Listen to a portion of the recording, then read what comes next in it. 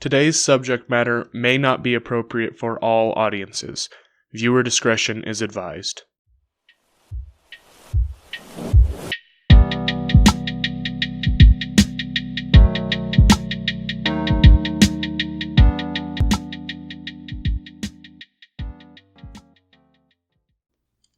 Hello everyone, welcome back to the Correct Opinion Zone, where all of our opinions are 100% verifiable fact. I am your host, Jack. I'm joined by my co-host, Dalen, and our guest star, Madeline Eberhard. Hey! And you may be wondering why Madeline does not have a microphone and why I have a different microphone. Actually, when we were setting up, we set up all these candles and had them lit, and I accidentally burned the cord of my microphone. So now we only have two microphones, and we don't have three microphones anymore. We actually do have three microphones, but the one that I have is like really old and doesn't work that well. Anyway, that doesn't really matter. Today's episode, we're going to be talking about the religion of Satanism. Formerly known as the Church of Satan. Yes. And also just people that consider themselves to be Satanists. But we just want to give a disclaimer that, first of all, we are trying to talk about all different types of belief systems in this podcast, and we are not endorsing or promoting the practice of Satanism. Yes. But we just want to educationally take a look at it, because for me, I totally learned that it is way more than I ever would have anticipated or expected, and I felt ignorant and judgmental of something that is a genuine, very organized belief system and religion, established religion in many ways, actually. Yeah. And we're trying to go into this non-biased, so yeah, for sure. We might say things like, that kind of makes sense, but again, we're not endorsing Satanism, but we're going to go at it at the exact same angle we went at Hinduism and Buddhism and Islam. Definitely. Well, and I think it's just always good to rather than living more of especially spiritually, living a fear-based life and being afraid to learn about this because it might challenge your belief system, or never wanting to travel here or talk to this person because they believe this thing. You're never going to expand your mind, and it won't strengthen your own core belief systems, without, I think, investigating completely different types of things. I think that's how you really solidify your own beliefs, is by doing that. Is there anything you want to say, Madeline? About Satanism or just in general? I don't know. You kind of were sitting there awkward because you didn't have a microphone, so. No, yeah, just let me know. This doesn't have anything to do with Satanism, but it has to do with podcasting. So, I don't know if you remember, but when we were kids, we kind of had a podcast. I was going to bring that up. Oh my gosh. Okay, story time. Back Christmas of 2005. Oh.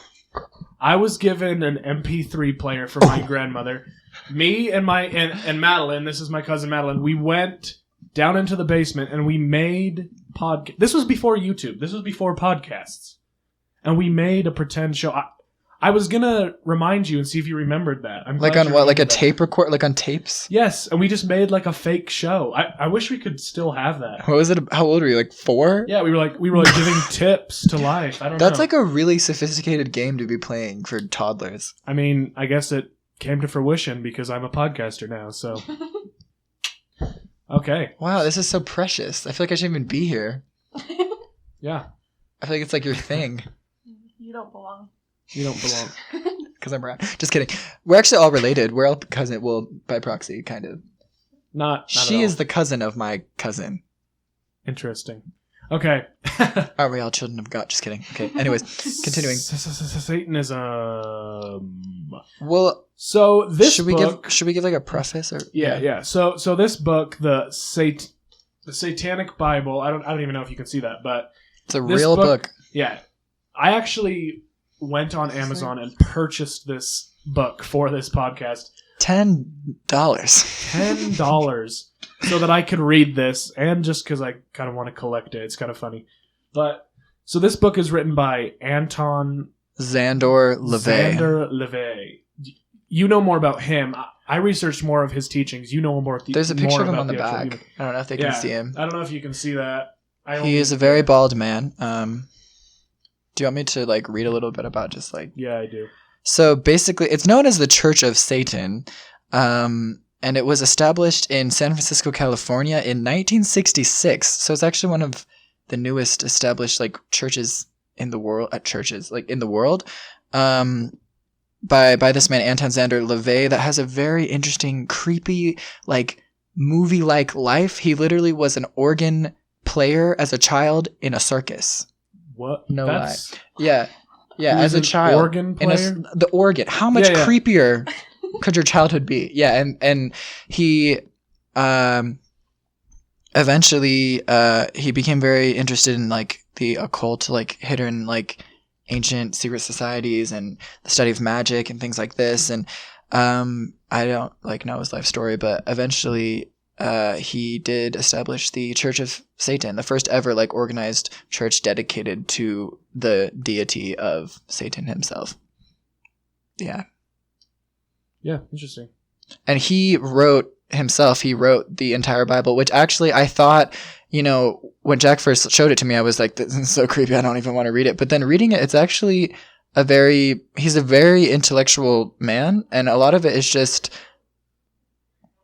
like a lot of theology and philosophy that is based primarily more in, they call it like egoism or something like that. Yeah. Where it's just about making the world like bend to your will, and how your existence and your life is about you and what you want and your indulgence and things like that. It's not, I mean, there is satanic ritual in the book. There is magic ceremonies in the book. Yeah, there's a chapter all about learning how to sell your soul. There's a chapter all about voodoo. Stuff like that. But it's not so much what you think. For them, it's kind of like a spiritual thing. It's like, it's a lot about like mental power and concentration, almost meditation and stuff like that. It's not like, I'm going to cast a spell with like, So this ritual here is to cause destruction to an enemy, which is kind of creepy. Okay, so this one is to summon one for lustful purpose or establish a sexual gratifying situation. No, there's a spell. So if you want to do that, let me give you all the details on how to do that. Just kidding. But in that book, do as you will, but they like, tell you how to do that. And the answer is just be nice and be kind to women and men that you are interested in. That's the secret. True. Definitely. But I mean, he died in, I believe, really recently. Oh, sorry. If you need to say anything, Maddie, just let me know. Get the mic, because just take this mic is kind of garbage. So get his. Yeah, mic. just snatch it. Okay. But I was just gonna say that he died. The founder Anton LaVey died in like 1997 or something like that, and so there are many like interviews that you can watch of like in-depth interviews of him talking about, which is very uncommon, of getting to see the founder of a church, like watching videos of their like, you know, what if we could watch interviews of like Joseph Smith or Muhammad, or like, you know, I mean, not to compare or these Siddhartha religions. Gautama or Jesus, like it's just really interesting of the founder of an entire like organization that we can watch videos of like his philosophy like in person. And he explicitly states that, you know, he doesn't have any problem with Christianity. Like, he's not against people believing in Christianity. He has kind of a Buddhist approach to it, almost, where he's like, however you can find truth, if that helps you to get through life, if that helps you to have hope and feel a sense of community, like, that's good. But many people do not find that sense of hope or community or that spiritual feeling in established religions in the world. And he really just goes and calls out something that I respect about what he states is he kind of calls out all of the hypocrisy blatantly of organized religion, which is for sure, factual, you know, like the history of, I mean, not to like call people out, but a lot of the dark history of the Catholic Church in Europe, and how they controlled the government, and how the Crusades of how they murdered thousands of innocent Muslim people, and nowadays there's many priests that are just in it for money, things like that. He calls that out and says that that's evil, which I think is for sure. Yeah, well, and he's just talking about how so much evil has been done theoretically in the name of God, you know, and the hypocrisy of that is so confusing. But then he goes about saying, like, if there can be such evil done in the name of God, he says, I believe that there can be a lot of good done in the name of evil, like in the name of Yeah. Satan, So which when is an interesting When I point. first started researching Satanism, I thought what it was is like people that like want to do evil. Like, know? I thought they worshipped Satan. I thought they were like creepy, like Yeah, and I thought like sacrificial, like they want to do, but no, they're trying to do good in the name of Satan. That's their thing. Well, and it's because they don't view Satan, and it actually, they explicitly say they don't believe in like a physical devil, like a physical person that is Satan, that, you know, and they don't believe in him in a sense of the Christian or Islamic or Jewish like perspective either. Satan is like a concept. He's like an archetype, an antagonist, like because, and a positive archetype for them, because he is, the word Satan in Hebrew literally means like the adversary, and an adversary is not like a negative word always, you know. It's someone that questions, someone that challenges, someone that challenges you, someone that helps you to grow often, you know. Where, I mean, what progress would we have if you didn't have to overcome adversaries and trials in life? So they just view that as something that is positive and necessary for balance in life, obviously, because, you know, we're taught from a Christian standpoint, from the Bible, from the Book of Mormon, actually, in terms of the LDS Church, that, you know, there is no light without darkness. There is no joy without sorrow, sadness. Yeah, there's no, so there has to be a balance to that. And I think you want to talk about how, like, all of these years and the control and the reign that, I mean, the Christianity has had over people and over the government, is because of Satan, about teaching people about hell and that there is a Satan, and that sense of fear is what's kept what keeps a lot of people going to church. That's actually not always in the Satanic Bible. It says Satan has been the best friend of the church has ever had. He has kept it in business all these years. Which really is true, though, because, I mean, I'm not saying that's the case for everyone. Like, not everyone goes to church because of fear. But many people do because they feel guilt and they feel like, oh, I need to repent, I need to be clean, I need to do this. Or just their whole mentality is they fear hell, they're God-fearing people, too. They fear a lot of consequence. And I'm not saying that's a negative thing, but definitely that fear that's instilled by their belief in Satan and their belief in the punishment of hell and of Satan, like, that's what keeps a lot of people in check and to not stray. And because an interesting thing is that I think, you know, it sounds kind of weird, but we wanted to compare and contrast Satanism with Christianity in this episode. And if you think about it, you know, whether you believe in Satan or in Jesus Christ, like, those two, like, figures actually, you know, they're extremely influential, and they're the yin and yang to each other, you know, and they're very similar because they both were, like, the Satanism, their perspective in Satan is very similar to my perspective on Jesus Christ, where I see Christ as someone who was very against the system, who was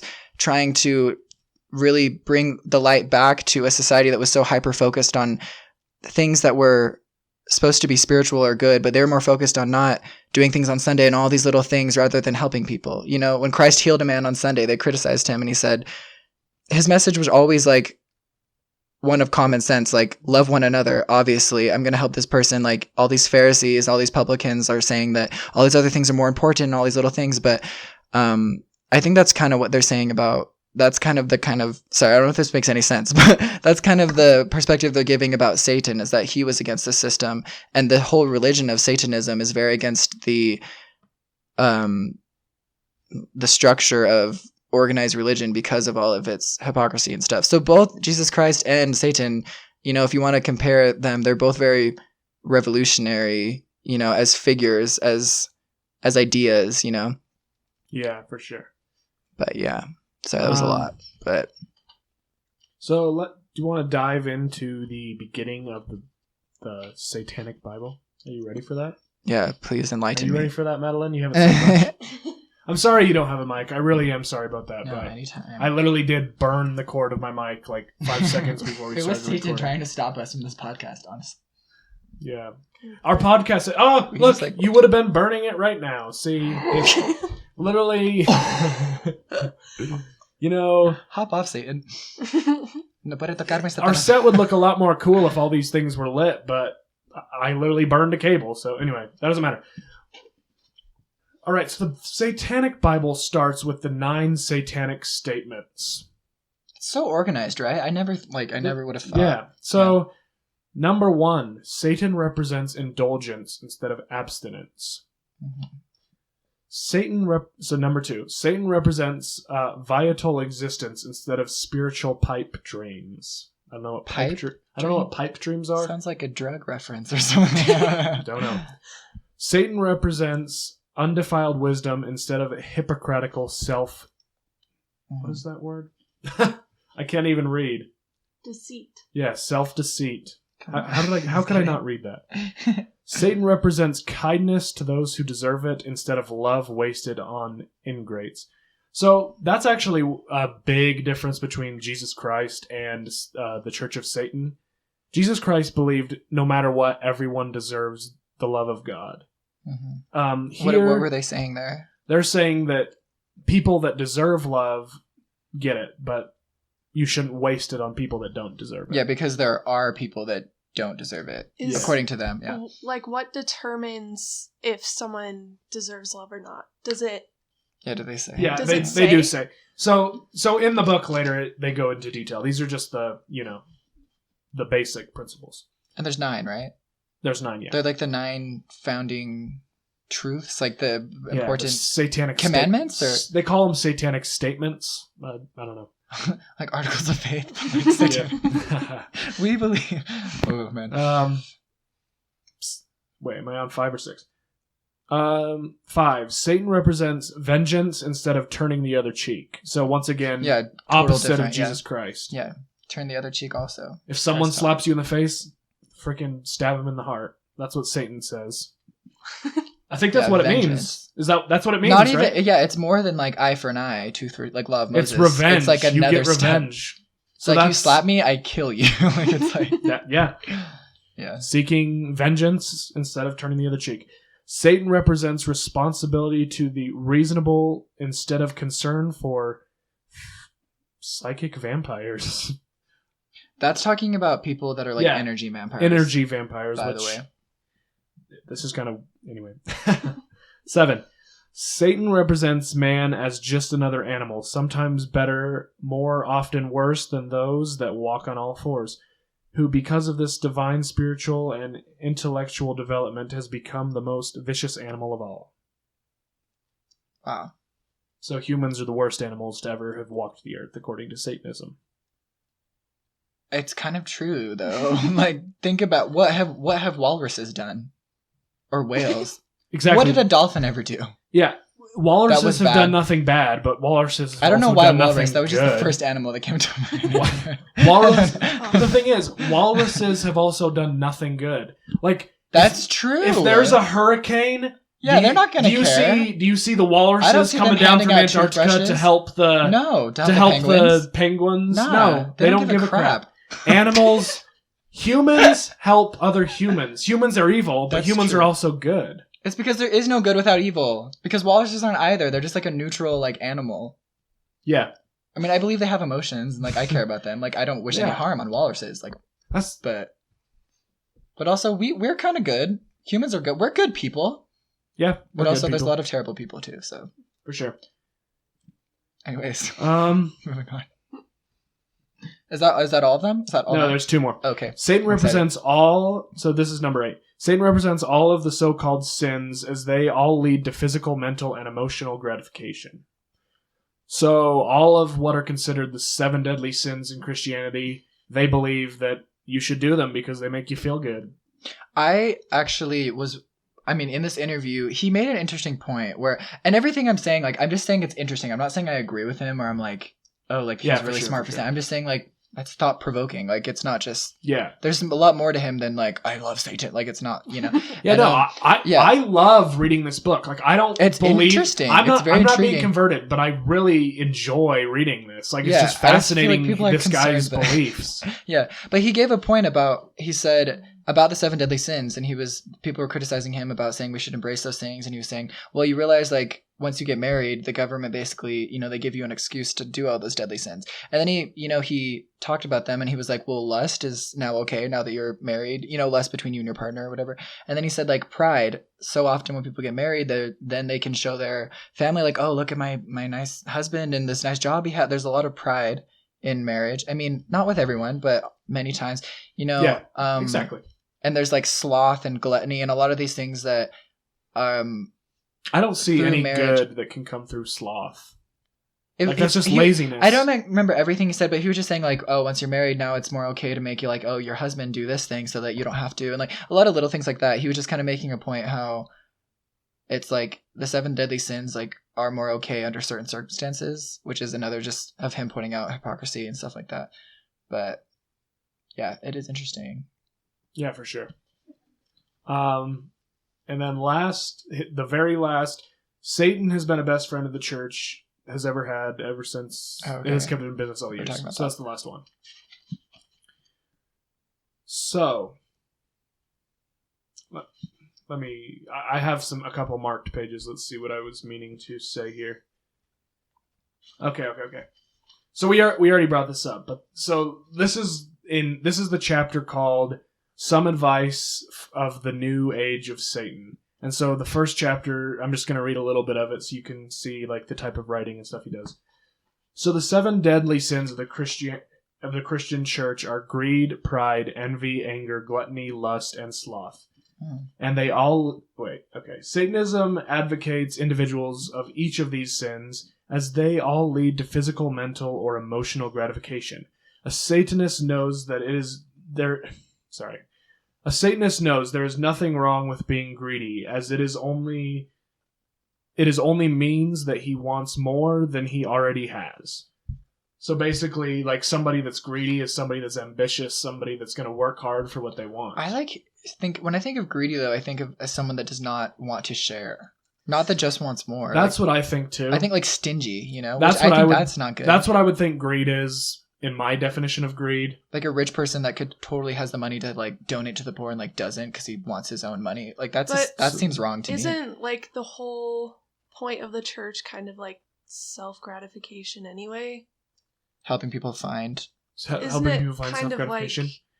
I'm not really sure. What is the Christian religion's It's purpose? Delayed gratification. That's what the church teaches. The Church of Christ, the Christianity, they believe that it's more about you postpone gratification now for greater gratification in the future. And you live more of a life of self-denial and kind of, enduring to the end for the reward afterwards, which also, I mean, that's a nice thought, help people live a good, cleaner life. But I also don't like how, I just grew up with a lot of people saying that I'm doing this because I'm laying up my treasures in heaven and it's going to be worth it. And I'm like, okay, but like, why are you doing it now in this moment? Why do you want to do it? Like, why are you doing this thing? And many people don't know. They're like, well, because I know that's what I have to do to go to heaven. And it's always about the reward.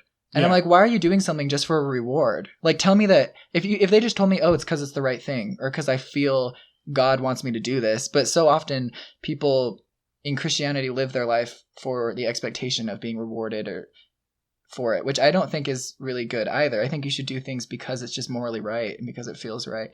And that's just my perspective for on sure. It. But okay, so then envy means to look with favor upon the possessions of others and to be desirous to obtain similar possessions of others. And so I'm not sure about one of the. Sorry, what? Like for example, I guess like you say, oh wow, that guy has a really nice car. I'd like to work really hard so I can have a car like that. But I think what true envy means is not. It would just be like, I want that. I wish he didn't have that so I could have that. Like, I think that's what envy is. I mean, that's one of the things that's in the 10 Commandments of Christianity is thou shalt not covet, And I used to think, I had to have a hard time with that, learning that as a kid. Like when I would go to church and stuff, I'm like, you mean if I'm like jealous, I'm like sinning? Like I'm a bad person? Like what the heck? I do that all the time. Every time I see something I think is cool, like I want that, But yeah, it's always like taking it a step further where it's like you almost wish harm on that, or you dislike someone because of what they have and what you don't have, and it consumes you. I want that man's wife, so I'm gonna steal her from him. Well, and my perspective on sin is like really different than a lot of people, I feel like, because I view the concept of sin as something that is either harmful to other people or it is harmful also to yourself. And I think that's why things like coveting can like eat away at you, and jealousy can just like destroy you emotionally and mentally. And that's why I think it's a sin. It's not necessarily hurting anyone because you feel jealous, but it hurts you. And that's why I think that's maybe why God, I mean, from a Christian perspective, gave a commandment like don't covet, because it's helping his children to be happier, you know? Yeah. So then it says, envy and greed are the motivating forces of ambition, and without ambition, very little of any importance would be accomplished. That's kind of like shifty, I don't because you're saying like, oh, but like greed is necessary for ambition, and that's not true. Ambition is not greed. Ambition is... He's like trying to justify why greed is good. It's like because it leads to ambition, and I'm like, that's not why I have ambition. Because someone who's greedy isn't necessarily ambitious. Yeah. Someone who's greedy might try to go the fast route. If you're a trust fund baby that inherited a huge fortune, you're not going to be this ambitious person that's trying to like... You're just going to be greedy with all your money you were given. Like, greed does not lead to someone who's ambition. greedy is somebody who will try to take a fast pass. They'll try to take a shortcut.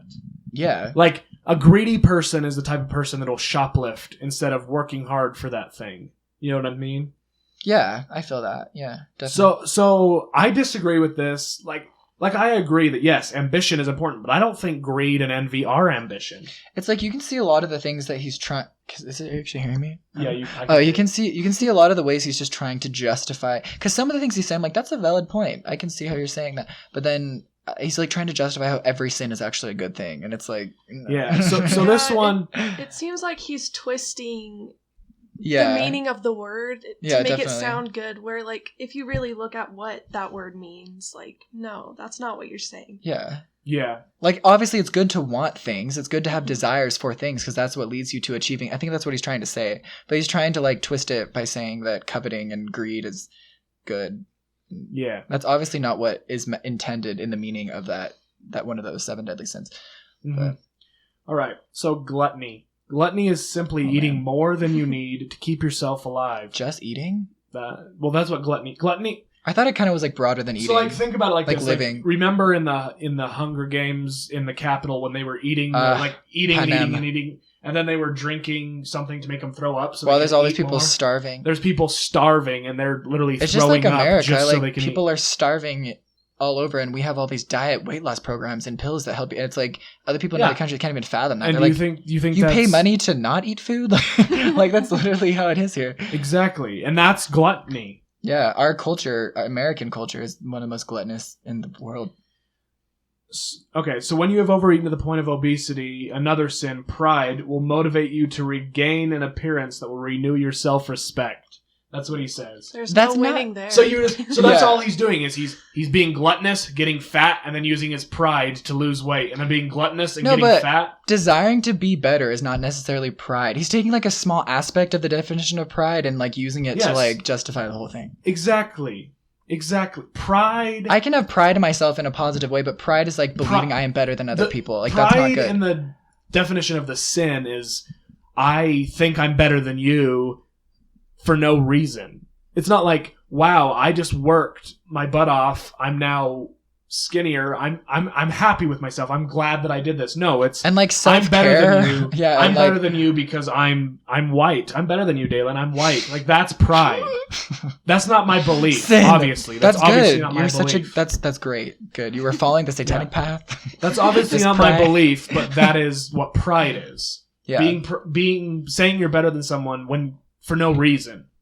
Yeah, but I just these points are kind of falling pretty flat for me. At first, I was like, "Oh, this is interesting," but these I'm kind of like, yeah. So anyone who buys an article of clothing for a purpose other than to cover his body is participating in forms of element of is guilty of pride. No, that's not true. You can take care of yourself.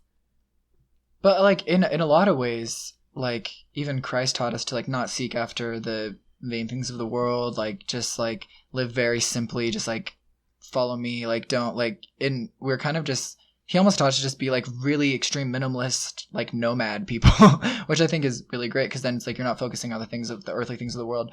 But that's the thing is like Christianity is always teaching us how to like overcome the world and connect spiritually, and like Satanism is all about embracing the world. I mean, Satan himself is called like the prince of the earth, like of the world, of earthly things, of the flesh, of the carnal, of the flesh, and yeah. You know, we said that we were going to come with an open mind, and we are coming with an open mind. The reason we're we still are. The reason we're bad talking Satanism is because we're just telling the truth. Yeah. The reason we talked good about Buddhism and Hinduism and Islam is because everything was good. No, but the thing is, if I didn't have the kind of spiritual foundation I have had from traveling and searching and reading and coming to my own kind of belief system myself, if I read this maybe as someone with no sense of any spirituality, I might be like, that kind of makes sense. Like then I might have believed this and thought it was like, oh, that's like valid. Okay. Like, but that's why I'm saying like, I think it's good to criticize it and to analyze it because other people without our kind of, not that I'm some expert at all, but like without some of our experiences might easily kind of fall into believing that. Yeah. Without thinking critically about it. So that chapter that only talks about the, let's see, what did we go over so far? Greed, envy, gluttony, and pride. Mm-hmm. So the next chapter talks about lust. So, oh boy, this is gonna get PG-13 to our viewers. Yeah, so I did give a stop listening please. now. We did have a disclaimer at the beginning of this episodes, but I don't think many kids will be listening to our podcast about Satanism. Hopefully not. Well, that's why we have to do a disclaimer. That's what I'm saying. Yeah, you're right. Yeah, you're right. Okay, so this chapter is called Satanic Sex. So I was not expecting that. It is. I was like, this is gonna PG-13. I was thinking like he would ease into it. He's like, so this chapter. That's what it's called. Okay. Anyway. Okay. So much controversy. So I'm gonna just read a little bit again. I keep like much controversy has arisen over the satanic views of free love. It is often assumed that sexual activities. That sexual activities is the most important factor in satanic relation, and the willingness to participate in sex orgies is a prerequisite to becoming a Satanist. No. Nothing could be further from the truth. Oh, that's not the truth. Oh, yeah. Okay. I was like... He said nothing could be further from the truth. In fact, opportunists who have no deeper... Okay, I am having such a trouble reading for some reason. You should read it. It's kind of... The lighting... The lighting is like here, coming on my face. And we look kind of nice, though. We're glowing. Yeah. Nothing could be farther from the truth. In fact, opportunists who... Oh my god. Do you want Maddie to take a turn? Okay, basically what he says is Satanists, they can do whatever they want sexually. That's his stance. He thinks if you want to only be in relations with one person, that's fine. Satanists agree with that. If you want to be in relations with many people at the same time, that's also your prerogative. Is it kind of like as long as it's consensual and not hurting anyone? Is that... Or are they okay I don't with, think, are they I don't okay think with they're that? down with rape, Yeah, as far as I can tell. It said something about it on the website that I was going to read. So you should read it. Can you find it? Read it? Yeah. Do you want to go? Yeah, I can hear you pretty well through the mic. So okay, good. Well, so I was on churchofsatan.com because just go to the source. And it lists, one of the sections on it is the 11 satanic rules of the earth. This is really interesting.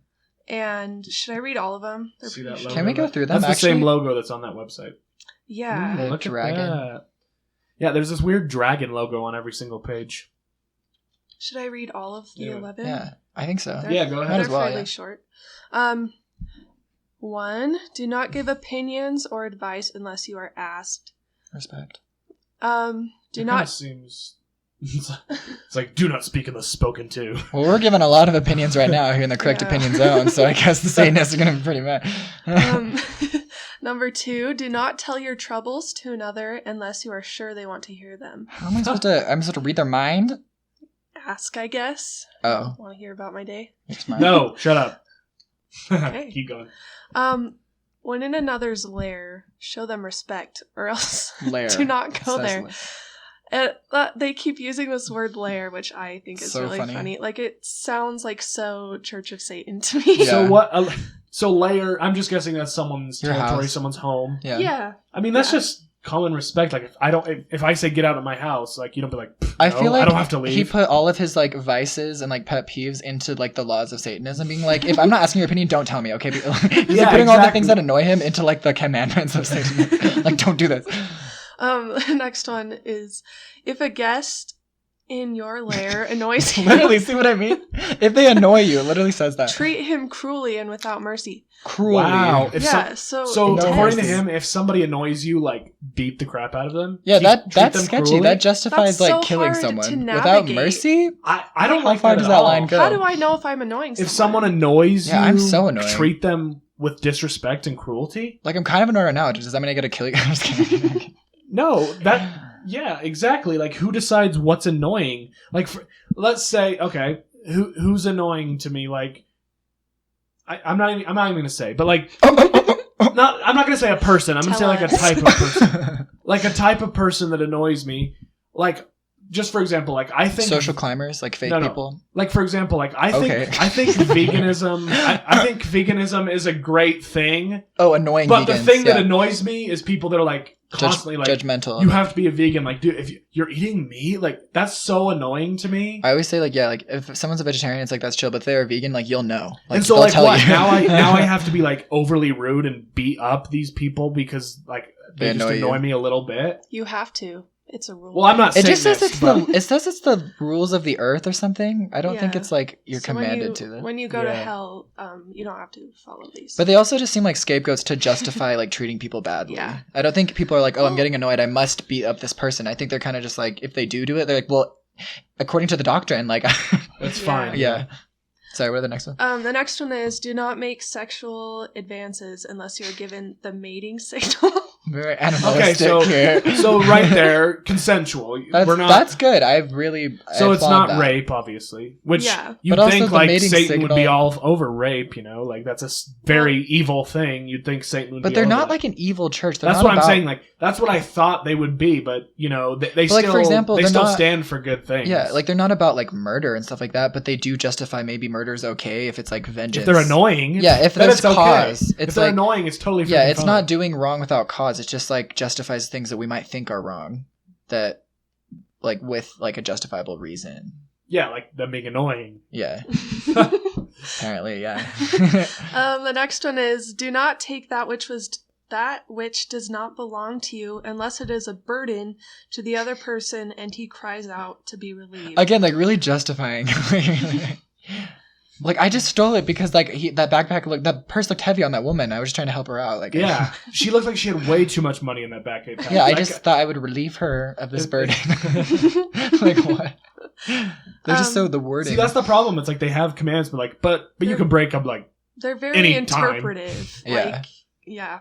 It's kind of convenient.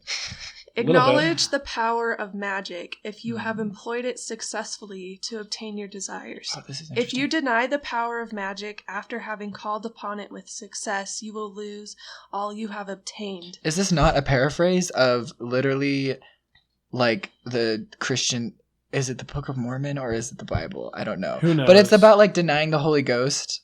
And if you deny the Holy Ghost after having felt it and experienced it, like you'll lose all of that connection. Well, that's what they say. Like you'll lose that testimony. That's what they say the sons of perdition are. The people that have in a Mormon have a total belief of God, like total, like have a personal relationship, perfect knowledge, and still deny that. That's what a son of perdition is. Yeah. Where it's like when you die, if you like appear at the judgment and God is standing right in front of you and you're like, you're not God. I don't believe in you. Like you're staring at him. You don't believe. Like that's like just the denial. So like if I try to like earthbend and I like stomp on the ground and like a rock flies up and then I'm like, oh wait, I can't earthbend. No, even though I just did. You chose to not believe in it. I chose to not believe in it even though I just earthbended. Yeah, and maybe other people like said like, no, you can't earthbend. Like you're like, oh, I guess you're right. Yeah, just whatever. Like you just deny that power that you experience. That's how they're saying you lose magic. But that's the same thing about the Holy Ghost in a Christian perspective. Don't deny the Holy Ghost because then you'll lose the Holy Ghost. Yeah. Don't deny the magic. I love bringing Avatar into this. I think it's just applicable to all things. I think it's really, always. It's a really deep show. Show your children Avatar: The Last Airbender, please. Yeah, it's very educational. It'll open their chakras and open their third eye and they will be woke. Okay, 4 more. Do not complain about anything to which you need not subject yourself. I feel that. Like, Don't complain about stuff you maybe, like, don't need to do, like, or that you can't control, like, I don't know. Or, like not complaining about things or situations that you choosing put yourself to do. In. Yeah. Like, complaining that you have to go to work when it's like, you chose this job. Like, yeah, maybe you need it, but still you're choosing to go. No one's, like, forcing you to go. Like, or like, oh, I don't want to do the dishes, but it's like, don't. That's kind of what he's saying. Yeah, it's like, no one's gonna make you.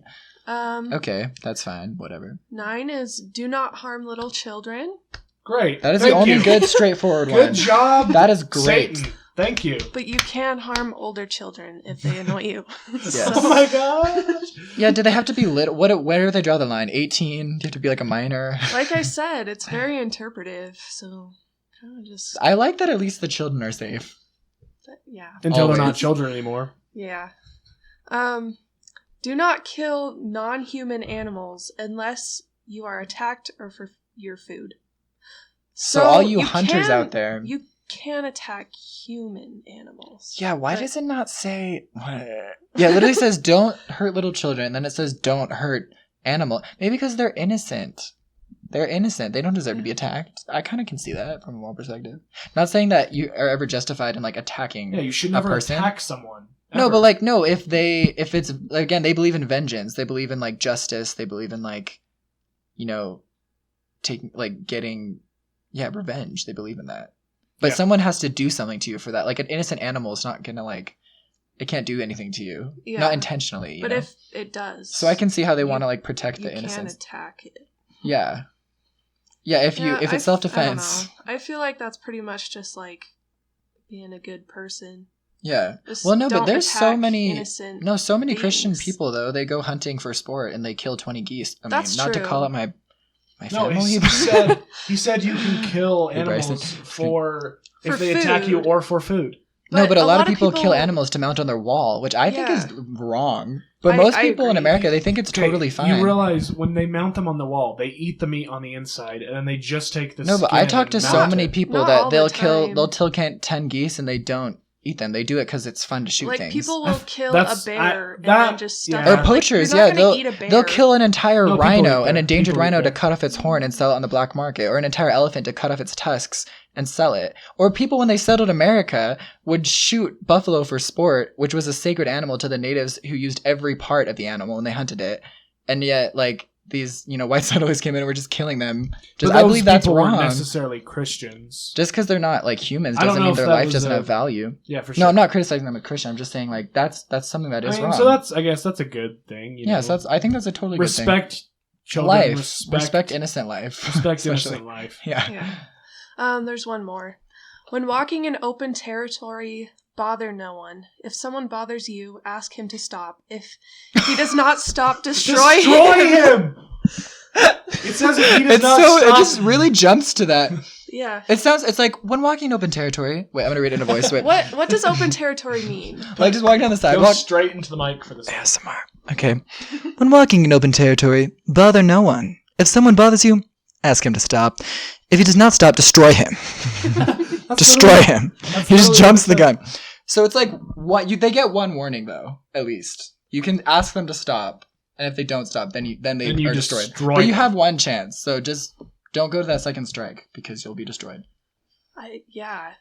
Dude, he does not deal with. And again, it's not saying it like metaphysically. It's not like emotionally destroy him. It's saying like destroy him. So like interpret that as you will. So apparently, murder. Someone bothers you in open territory. I mean, you could take it to that extreme. It does not say. But you have to ask them to stop first. Unless it's a child or a non-human animal. Yeah. Wait, but if it's a non-human animal, and it's and if it's bothering you, then it's okay because he's attacking you verbally. An animal attacking you verbally? Yes. It's like bark, bark, bark, bark, bark. Oh yeah. What if the dog is bothering you? Destroy him. Stop. It says it's self-defense. I don't know. Okay, well, those are the 9 rules of the earth. Yeah. Of Satanism. Yeah. But like I said, most of those are good things, but they're just But he skews them and makes them weird. They can be used to justify kind of awful behavior or harming other human beings. Exactly. I don't know though. Where is your personal stance? What do you guys think personally if someone has done something terrible? Because this is a whole other podcast, but we have discussed our stances on the death penalty, for example, and that kind of sense of justice and balance and what people maybe deserve because of their actions. But like, where do you justify justice? According to Satanism, that murderer, like murderers normally have reason. I mean, obviously it's not good reason. But, like, they were annoyed, you know? Like, what? Like, well, because, like, the Christian perspective... What does that even mean? Christ taught, like, turn the other cheek, but so much of history is, like, our kingdoms battling. It's like, oh, they killed this person, so they went back and they killed... America, our country, you know, Pearl Harbor. What was it? How many people were killed in Pearl Harbor? Many. I don't know. Yeah, but then we went to Hiroshima and just blew up an entire city. Killed many. Full of innocent children. It was not even a military, but it was just full of innocent, random... people just living their lives. And the Satanists were just shaking. I'm pretty sure it was the biggest, most massive like attack on of deaths ever. That's correct. Ever. And that was our country, you know? And yet we claim to be a very Puritan Christian nation, you know, under God, and yet we're following that Satanist philosophy. The nation actually goes away from religion. Like they say under God. No, but we were founded by Christianity. When they say under God, they mean all God. Like all of the gods. Like, because the United States of America has separated church and state. Well, yeah, theoretically. But like a real Christian thing would be like, I guess, try to like work it out peacefully or to turn the other cheek, which I mean, that might sound insane. Like, oh, they attacked us, let's do nothing. Like, obviously that doesn't sound great. But at some point you kind of have to justify, I think, vengeance and retribution and, you know, to keep that kind of balance, which they're saying like they're okay with that. Yeah. Because like, do you personally think like if someone murdered your family member and if you... I don't think I have do you think it justifies murder him or like harming? I don't know. I don't know. If that man is in the process of murdering my family, yes, I can get my gun and shoot that guy's head off. No, but if that guy has left, yeah, I don't think it's appropriate for me to then go seek him out. What about not murdering him in his own home? What about like just like destroying him financially, ruining his career, getting him thrown in jail? Thrown in jail for sure, yes. Yeah, okay. Yeah. But I don't think I have the right to go then to his home and murder him. I don't think I have that right. Okay, yeah. I mean, I agree. I'm not into murder though, so it's not like I never. But I mean, like that's a bad example. But a lot of times, I feel like it is. I'm not like promoting the Satanist mentality, and just historically, like our country, the people of America have followed that. Where it was more like, oh, like they bothered us in Pearl Harbor, now we're gonna destroy them. It was not like get even. It was not even close to an even amount of people that were killed as Pearl Harbor. What was it? I don't want to misquote it. Should we look it up? Because it was literally like some hundreds of people that died in Pearl Harbor. If you want to look it up, look up our Islam is not a terrorism episode. We said the exact. But then like stats. Hundreds of thousands of people were killed in Hiroshima. So it's just people that had no involvement in anything. They were citizens, out of the blue, you know, children. And it still has lasting effects. Like like there's like radiation and crap like that, and just it's insane. But that's definitely that they fully followed that Satanist mentality. Like, oh, we got bothered. I mean, it's more than being bothered. A lot of people died in Pearl Harbor, really sad. But it was not like evening it out. It was like, you did this to us, we're doing this to you. Yeah, it was. And that's what I'm saying. We will destroy you. That's not a healthy way to live. Yeah. I think my moral compass. Historically, it shows us that it's not good. It's not the best thing to do. No. Please subscribe. Join the tribe. Please subscribe. Join the tribe. Please subscribe. I like that. That's mine. Hop off. Just kidding.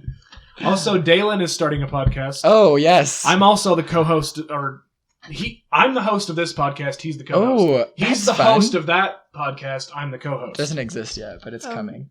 Between Two Buddhas, I think. Is what we're calling it. No, we don't know what it's called yet. There's been some theories going on. We don't know what it's called yet. Yeah, but true. Stay tuned.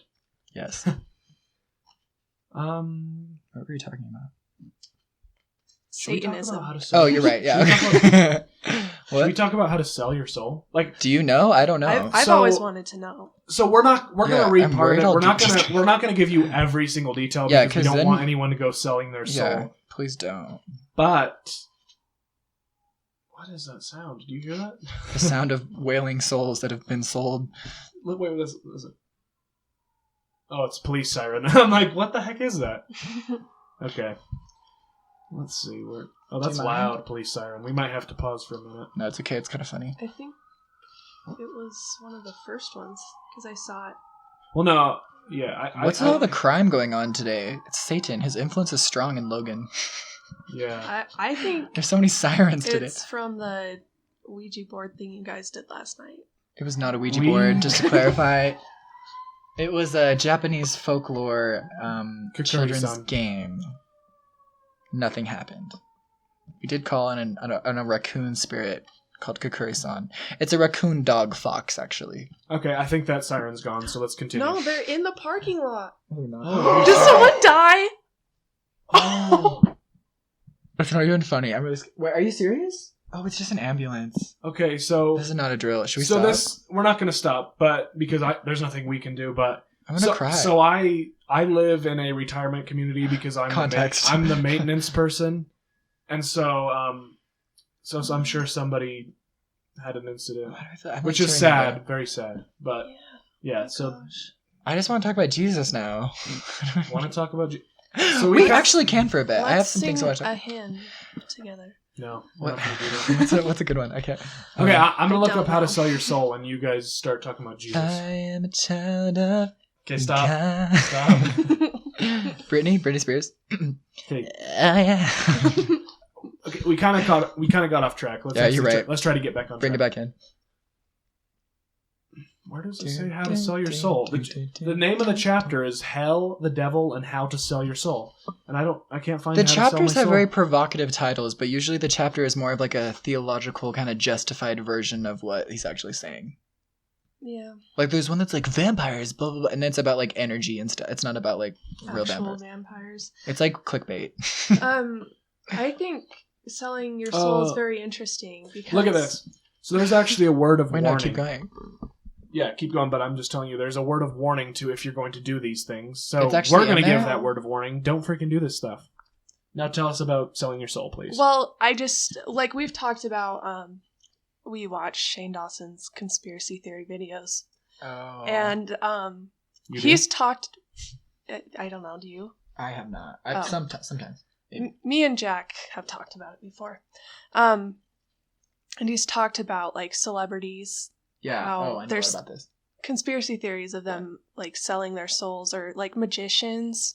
No, but it's uncanny how many celebrities have such satanic symbolism in all of their music videos and their live performances, like upside down crosses, pentagrams, like the eye, all-seeing eye, like. So I noticed it all the time, and like triangles and stuff like this. Like what? Why is this? Jay-Z, explain to me, like why? Like, why do they have such satanic symbolism? Well, it's it doesn't make because sense. He's the head of the Illuminati. Yeah, that's what I think. Jay-Z is or Satan? Well, people think it's so conspiracy theory to like believe in the Illuminati, but I'm like, why are all of the elite like Hollywood people like they all have such blatant like imagery of Satanism? Yeah, it kind of shocks me sometimes when I see it in videos. I'm like, that's so satanic. Like, why is that in there? Like, anyways, carry on. Okay. So they have a word of warning to those who would practice these arts. Read it in a creepy voice. That's what me too. A word of warning to those who would participate these arts. Concerning sex or lust, take full advantage of spells and charms that work. If you be a man, plunge your erect member into... Wow. I did not know that's what it was going to say. Oh my gosh. Bring it. I didn't know that's what it was going to say. PG-13 to rated mature audience. I didn't know that's what it was going to say. But it is now 17 and up. It is no longer 13. If you are a woman, open wide... Okay, this is not a spell! Please stop. Please stop. This is not a spell. What is this? This is enough. I was expecting like a warning. I thought it was like a and spell. you're like reading like erotica. Like... Oh I'm sorry about that. I honestly, I had never read that until just now. Does Grandma listen to this? Yeah. Oh my gosh! It's fine. Can we edit that out? She knows. What does she know? Does about our Satan? grandma She has listen to 8 this? children. Now shut up. Continuing. Be certain you do not... Quit laughing. It's not that funny. I just didn't know that's what it was about to say. I'm fine. No, I'm chill. Is telling me it's like... No, I'm chill. Wasn't They're like saying this is a spell. That's not a spell. That's just like directions.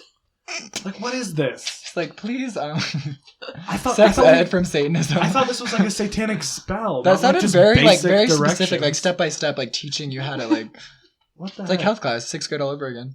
That's interesting. Just kidding. I want to find the spell. I don't want to read the whole thing, but that was not a spell. So There's probably some on the internet you Dude. could try. there's like there's spells in like there's satanic like languages. chants in different languages. Yeah, and it's stuff. creepy. Read it. Don't do it. Read it. Stop it. Okay. So I don't know. This is maybe a little bit shorter. I think we're coming close to... No, I have things I want to talk about. Oh, you do? Okay. Yeah, a little So bit. let's continue then. Because we're Okay, getting close well- to an hour. Well, I just think it's really interesting. You know how we're talking about how Satan is a figure that is they view as positive because he's against the system. But for example, in all of this fear-based like mentality that the church has used, like Catholic Church, you know, like in Europe and controlling the government, how they've used to control the people and keep them in line and obeying the church.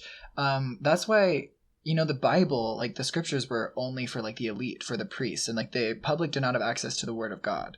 And there were people historically that believed that everyone should be able to have that, and they were seen as heretics and they were killed. And people like that questioned the system were seen as heretics and were killed. And even people that were different in any way were deemed as like witches and like witchcraft, and women that could swim or had like skills and other things that women weren't supposed to do were seen as witches, and they were burned, and it was satanic, and it was all these things. And it was like hysteria, like what was it, I don't know the exact time, like the 1500s and stuff like that.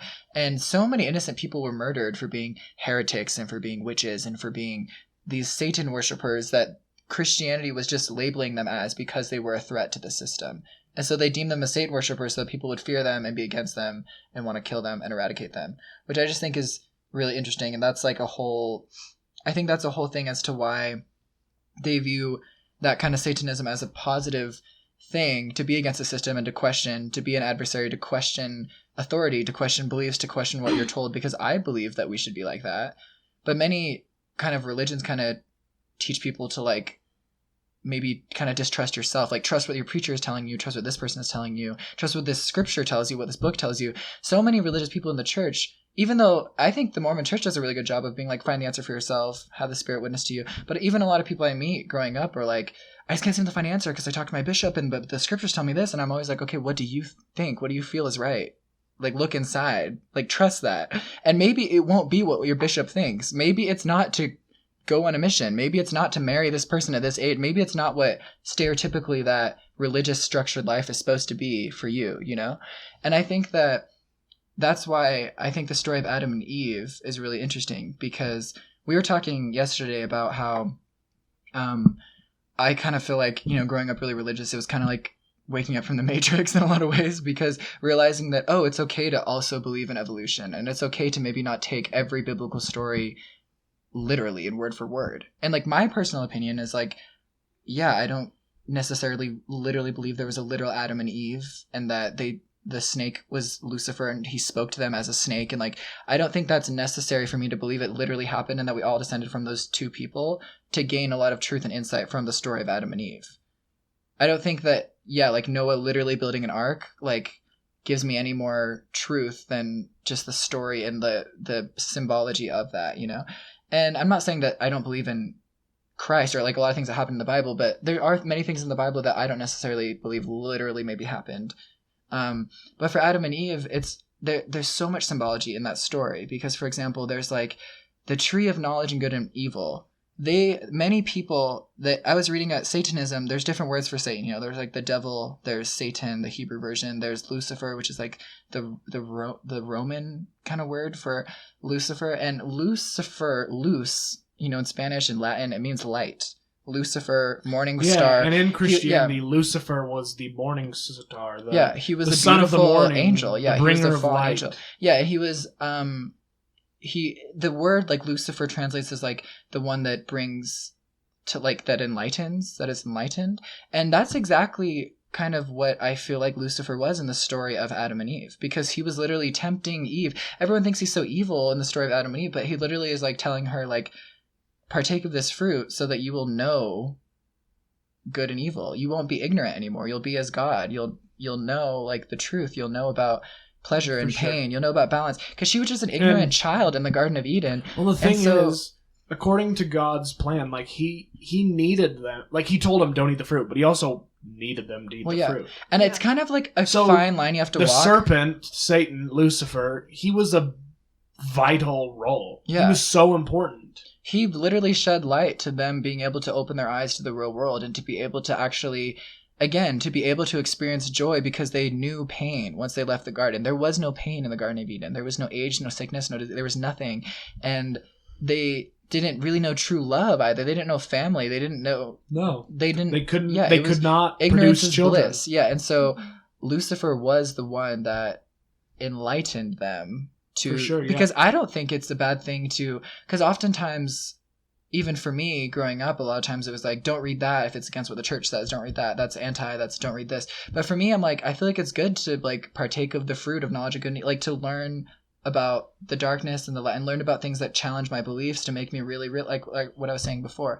But and I think that version of Lucifer, the Garden of Eden Lucifer or Satan, devil or whatever, I think that's kind of what they really focus on, as seeing him as someone who helps you question the system. Because if you think about the Garden of Eden, it was very much like, if we want to use a Matrix like mentality, like the Garden of Eden was like the Matrix. You know, they were totally unaware of this like bubble they were living in. And many people are like that today, living their lives in their religions, thinking that their truth is the only truth, like not questioning it at all, ignorantly happy in that, you know, and maybe not knowing a greater level of joy, fulfillment they could be having if they were to question that.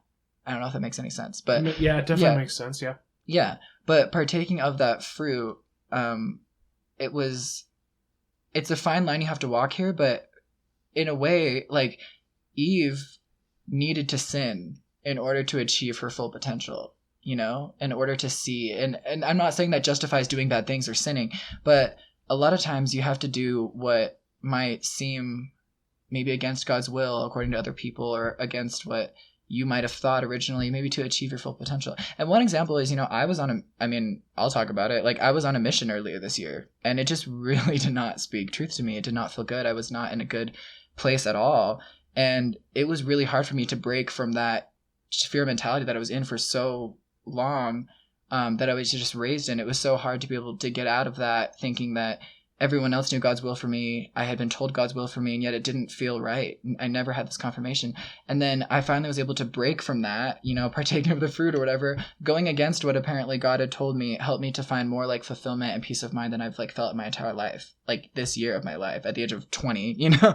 And yeah, I'm not saying that, but in that way, it's really interesting to think about Lucifer as a necessary role. Going through religion for other people might not be their way, you know? Yeah, for sure. No, it's definitely true. But for me, it was like, I just remember I was thinking a lot about the story of Adam and Eve and many other Christian churches. That's something I love about the LDS church, is that they don't teach that Eve was this like great transgressing woman that was just too weak and fell subject to the temptation of the serpent. Yeah. Like they teach that she did what was necessary. She was the mother of all creation, and she was necessary. And I think it's like amazing that she was the one that partook of the fruit and realized, like, Adam, like, we have to do this in order for us to fulfill God's other commandment, which was to multiply and replenish the earth. And I don't know how to do that, you know, like here in this garden, in this matrix, in this ignorantly blissful place. She was like truly awakened. Like she was able to like break out of that matrix just a little bit to take that fruit. And I mean, from a Christian perspective, none of us would be here without her eating the fruit. None of us would be here without Lucifer tempting her to eat the fruit, because she never would have. Yeah. If he had slithered up and been like, "Don't these pears look nice?" or whatever, apple, I don't know. Like she never would. They never would have taken it. If that is if you take the Garden of Eden as to be fact, which that's what I'm. I don't know if it's fact or not. From a Christian I would say, perspective, for sure, as a Christian, yes, it probably happened. Yeah. But even if it didn't, the story, yes, Lucifer was a vital part to that lesson. And, you know, and they were cast into the lone and dreary world or whatever outside. They were cast out of the Garden of Eden to a place where they had to, like, plow the ground and sweat, like, and work to be able to eat and to survive. And that's what I believe is true happiness. Because I used to think, it'd be a lot easier for me to continue on this mission and this lifestyle that everyone else thinks is the best for me, or this mentality, like, because this path is really well trodden, and it's like the path is paved and I can just follow in that path of everybody else. But I often feel like everyone's going like right or left, you know, and whether it's like with this religion or with this other religion, or being really against religion or with this religion. And I feel like I'm always like with like a machete going through the middle, like macheting through the jungle in between the two paths, you know? And that's a lot harder. That's like the lone and dreary world, like figuring it out on my own. It's much harder, but that's what I believe brings me more happiness and makes me more authentic to myself. But I just think that's kind of, I kind of parallel that to them having to go out to the lone and dreary world, and that actually being the vehicle for them to have true, like real meaningful, deeper happiness than just blissfully ignorant with their animals in the garden or whatever, you know? Yeah. Yeah. Point is, like, it's not a bad thing to question. It's good to test your beliefs, and that's how you gain beliefs, is by questioning and really searching and seeking. Oh yeah. That's why we started this podcast. Well, yeah. And that's why, and I think it's interesting because we talked about Buddhism in our last podcast, and I really kind of see, like, you know, we talked about how Buddha, you know, he like starved himself for this super long time and he wasn't really feeling enlightened or spiritually awakened. And then he was like, it's not really in this extreme. It's not really in this extreme. I have to take the Eightfold Middle Path, which we talked about last time. Go listen to it. But the answer was like in between. And, you know, Satanism is clearly all about indulgence, and everything is okay, and just like satisfy yourself, because that's what life is about. But then Christianity in many ways can be kind of the other end, almost extreme, where it's like deny. It'll be worth it in the end. Just endure, no matter how unhappy, how mentally unhealthy you're feeling. Like, just keep trying, keep praying. And that can be toxic as well, I think. And I think the answer really is between those two opposing forces. It's like between pleasure and pain. It's between devotion and for sure indulgence. Yeah. And I would agree. Yeah, and that's why I'm saying, like, Satanism isn't some good, great thing, but like there are aspects of it that I'm like, yeah, because life is about balance, and it's about those balancing. Because without Satan, we couldn't appreciate and learn from, like, we need, it's like Satan and Christ really are like the yin and yang, good and evil, light and darkness. Yeah. And with both of them, we can find the truth. The Eightfold Middle Path, as Buddha taught. Join Buddhism, and that is the path to enlightenment. And yeah. So in conclusion, you can learn a lot from Satan. You can learn a lot from Jesus Christ and Buddha. And by learning about all of these, as we talk about them in our podcast, you can learn a lot from the Correct Opinion Zone. Exactly. Thank you. All right. We're coming to a close of our podcast. Thank you for viewing and subscribing. We are on YouTube, Spotify, and Stitcher, and we're working on iTunes. If you enjoy our podcast, if you feel so inclined, we have a Patreon at the Correct Opinion Zone. Obviously, we don't require anybody to donate, but donations do help us be able to create better content in the future. So if you feel so inclined, Patreon at Correct Opinion Zone. And also, it's good to be greedy, apparently, so please give us money. Yes, so please give us money. And thank you for watching. Goodbye.